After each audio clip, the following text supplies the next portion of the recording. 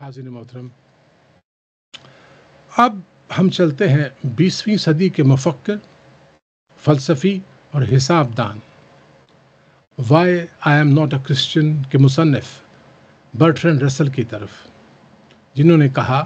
कि if I have to address a philosophical audience I will say that I am an agnostic, but when I am addressing ordinary men, I will say that I am an atheist. क्योंकि Bertrand Russell फरमाते हैं कि मैं मंतक और दलील से ये साबित नहीं कर सकता कि खुदा नहीं है, इसलिए मैं फ़लसफ़ियों के सामने अपने आप को एग्नोस्टिक कहूँगा, यानी ऐसा मुफक्किर जिसके ख़याल में खुदा का इकरार या इनकार करने के लिए हमारा इल्म नाकाफ़ी है। लेकिन आम इंसानों से एक एथीस्ट की तौर पर ये बात करूँगा, यानी खुदा का इनकार कर दूँगा, क्योंकि अगर मैं आम आदमियों के सामने ये कहूँगा कि मैं ये साबित नहीं कर सकता कि खुदा नहीं है, तो आम इंसानों का झुकाव मज़हब की तरफ हो जाएगा। वो इस बात को दलील बनाता है कि जिस तरह होमेरिक गॉड्स यानी यूनानी द्योमालाई खुदाओं की अदम मौजूदगी साबित न कर सकने का मतलब ये नहीं कि वो वजूद रखते हैं, इसी तरह इब्राहीम अलैहिस्सलातु वस्सलाम के खुदा की अदम मौजूदगी साबित न कर सकने का ये मतलब नहीं कि इब्राहीम का खुदा मौजूद है। ये मंतिक एक इल्मी खयानत भी थी और बड़ी ही कमज़ोर दलील भी। इल्मी खयानत इसलिए कि privately he is an agnostic and publicly he is an atheist,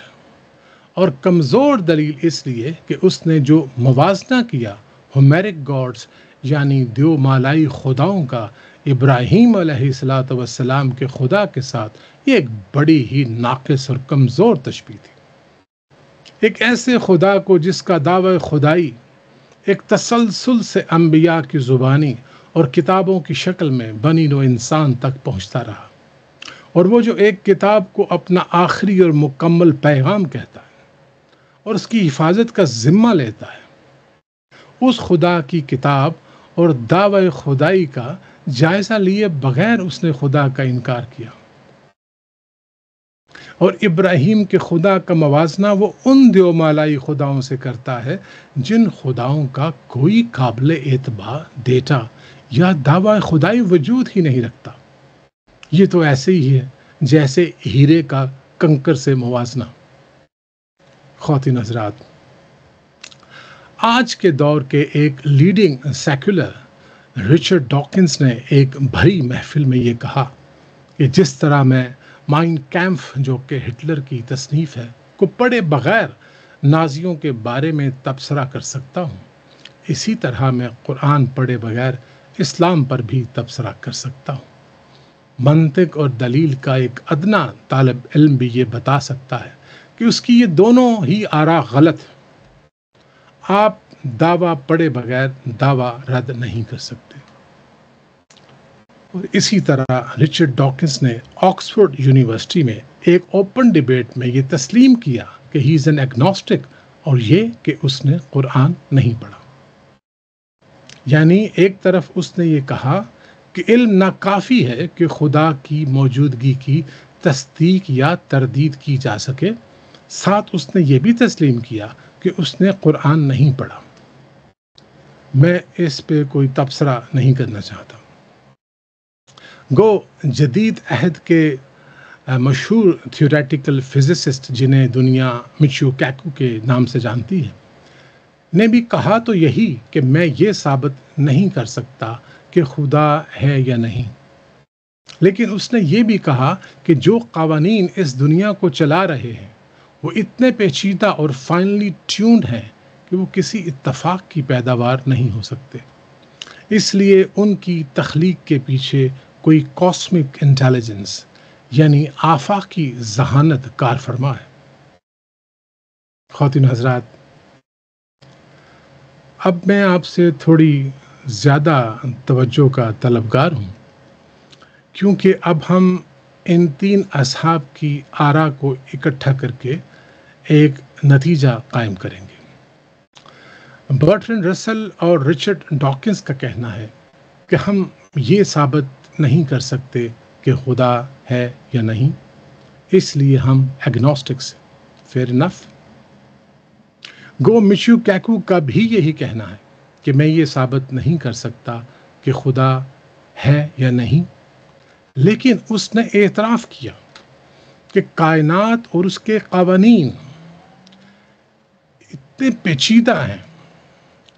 کہ وہ خود سے وجود میں نہیں آ سکتے، بلکہ ان کے پیچھے ایک آفاقی ذہانت کا کار فرما ہونا ضروری ہے۔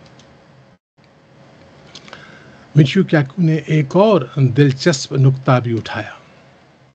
کہ اگر کوئی چیز فالسیفائیبل یا ریپروڈیوسیبل نہ ہو، یعنی ہم اس چیز کو سائنٹیفک میتھڈ سے ثابت نہ کر سکیں، تو اس کا مطلب یہ نہیں کہ وہ چیز وجود نہیں رکھتی یا موجود نہیں ہے۔ مثال کے طور پر ہم بگ بینگ کے واقعے کو سائنٹیفک میتھڈ سے ثابت نہیں کر سکتے، تاہم ہمارے پاس کچھ ایسے ثبوت موجود ہیں جو ہمیں یقین دلاتے ہیں کہ یہ واقعہ ہوا، جیسے the cosmic microwave background radiation and cosmological redshift distance relation. یہ ایسے شواہد ہیں جو اس واقعے کے ہونے کی شہادت دیتے ہیں۔ اور جب اسٹیفن ہاکنگ کو کائناتی قوانین کے ماخذ یا بنانے والے کا کوئی سراغ نہ ملا، تو اس نے یہ کہہ کر جان چھڑا لی کہ یہ قوانین ہمیشہ سے موجود ہیں، لیکن وہ یہ بھول گیا کہ اس کے اس موقف سے خدا کے ہمیشہ سے موجودگی کا امکان دوبارہ زندہ ہو گیا ہے۔ اور میشیو کیکو کا یہ کہنا کہ اس پیچیدہ کائنات اور اس کے پیچیدہ تر قوانین کے پیچھے ایک آفاقی ذہانت کا کار فرما ہونا ضروری ہے، ایک تخلیق کار کی موجودگی کے امکان کو مزید تقویت دیتا ہے۔